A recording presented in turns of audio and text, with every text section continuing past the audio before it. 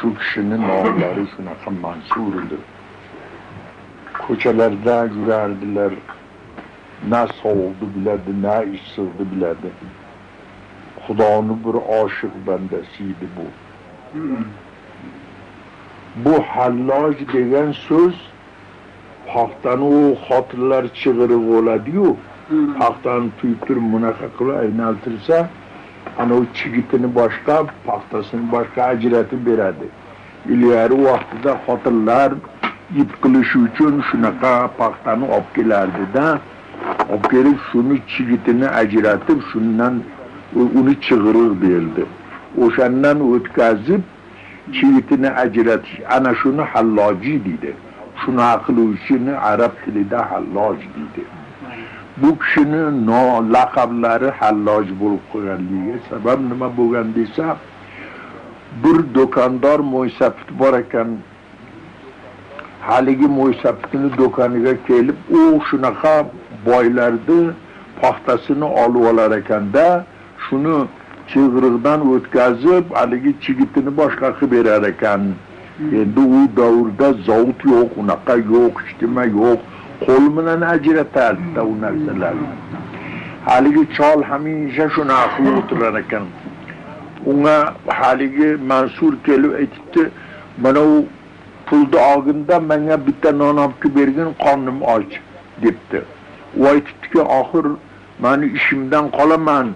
U Navoiy juda uzoq, borib kelguncha ancha bu ishim tezlik bilan qilishim keraksa, seni o'rniga men chiqarib turaman, bor. Sen o'sha nonni olib ber debdi. U nonga kelsa, oy paxtalar debdi, chigitlaringni ajratinglar baqa debdi. Hamma paxtadan chigit ajrab chiqqan.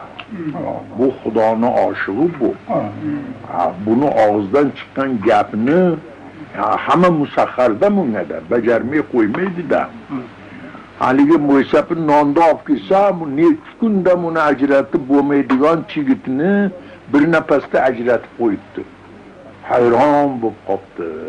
Bu karomatini ko'rgandan keyin mana debdi, ishingni qilib qo'ydim endi debdi. Nonni olib turib ketaveribdi. Endi ko'chada odamlarga aytar ekan, "O odamlar,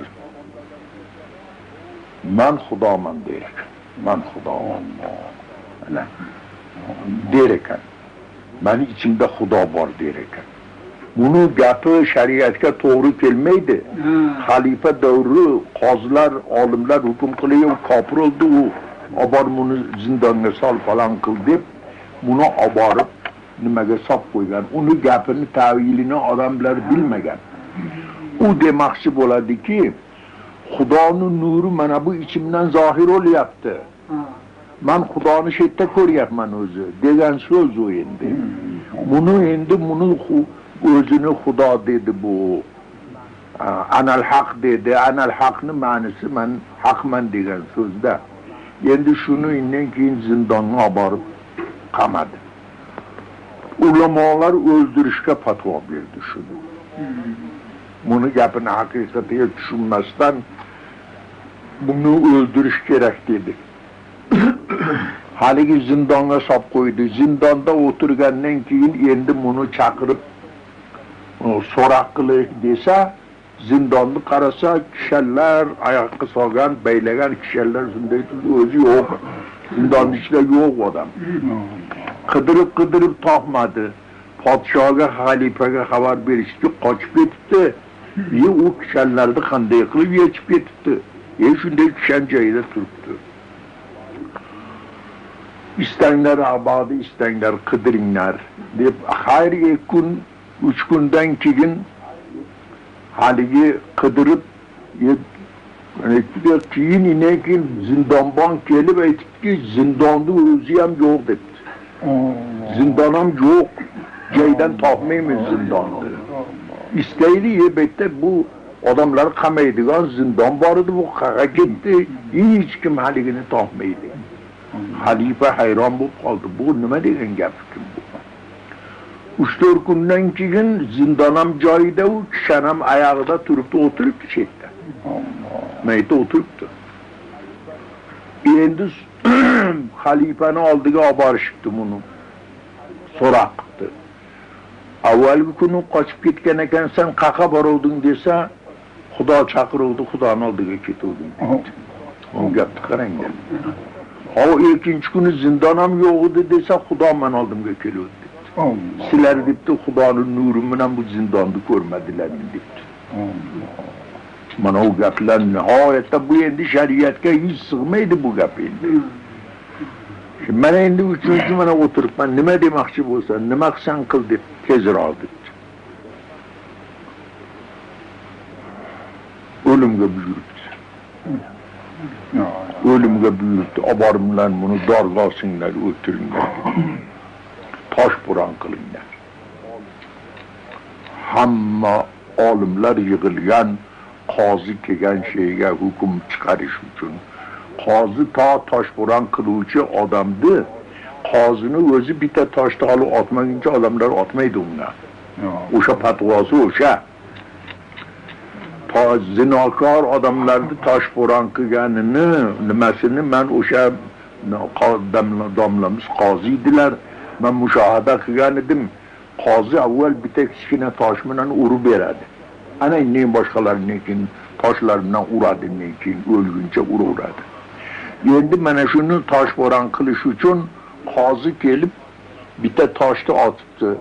Otgandan keyin she'rga shu majlisga shularni yig'iniga Shibli alayhi rahma yana bitta avliyoulloh ham hozir bo'lib qoldi sheyga. U ham valiyulloh edi. Bu Mansurning nima ekanligini u biladi endi. U afsus nadomat qildi. Mansurning qulog'iga aytibdi. Xudoning sirrini har kim oshkora qilsa mana shunday jazolanadi. Nima uchun oshkora qilding sen? Debdi. Endi mana bu jazoni tortasan. Mayli debdi. Xudoning yo'lida, Xudoning buyrug'i bilan o'sha buyurgan toshbo'ron qilinglar deb o'zi buyurganda debdi. Men mayli debdi, tortaveraman buni debdi. Shetda hamma toshbo'ron qildim. Bu Shiblini majbur qilishibdiki, sen ham tosh urasan bunga. Sen ham tosh otirsan debdi. Bu hayron bo'lib, shariat hukmi keyin bitta naqdday toshni olibdi. Bunday qilibdi, bunday tegib, men erga tekkan ekan, voy deb mana she'rni ushlabdi. Mansur. Aytibdi, shuncha odamlar yo'q, katta toshlar bilan uryapti, voylamaysan, meni naqdday toshimga nimaga voylaysan? Sen meni tanib turib uryapsan, boshqalar tanimay uryapti. Boshqalar johil bilmaydi. Sen meni bilasan, uryapsan sen. Seniki menga juda o'tib ketdi. Mana shunday qilib Mansurni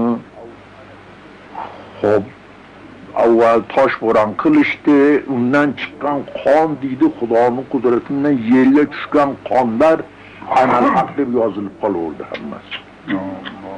Hammasi ham shu anal haq yozilib qolgan. Buni o'zi vujudi butun Xudoga panohilloh martabasiga yetgan ekan. Vujudi shunday Xudoning nuriga to'lib qolgan ekan bu. Xudoning shunday oshig'i ekan bu. Mana shu bilan Mansurni mana shunday qilishdi.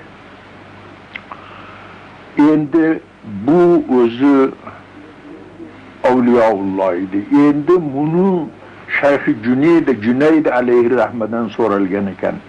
Nimaga Mansur shunday bo'ldi? Mansur u Xudoni daryoyi ishqiga g'ota urgan, uni zarpi ko'tarolmadi o'shani. Oshkora qilardi bildaniga. O'sha gap bizda ham bor-u, lekin biz mahkam ushlagan uni. Hech kimga uni tashqariga oshkora qilmaymiz biz. Biz zarfimizni mahkam ushlagan. U toshib chiqqani qo'ymaymiz uni. Uni zarfi torliq qildi-da, ana shu toshib chiqib ketgan bu yo'qqa. Degan ekan. Mana shunday Parvardigorning shunday bir nimalari o'tgan. Gap she'rdaki mana buni jinniligi boshqacha jinnilik bu. Bu kamolot, bu yetgan jinnilik bu. Bildingizmi? Buni siz bilan meni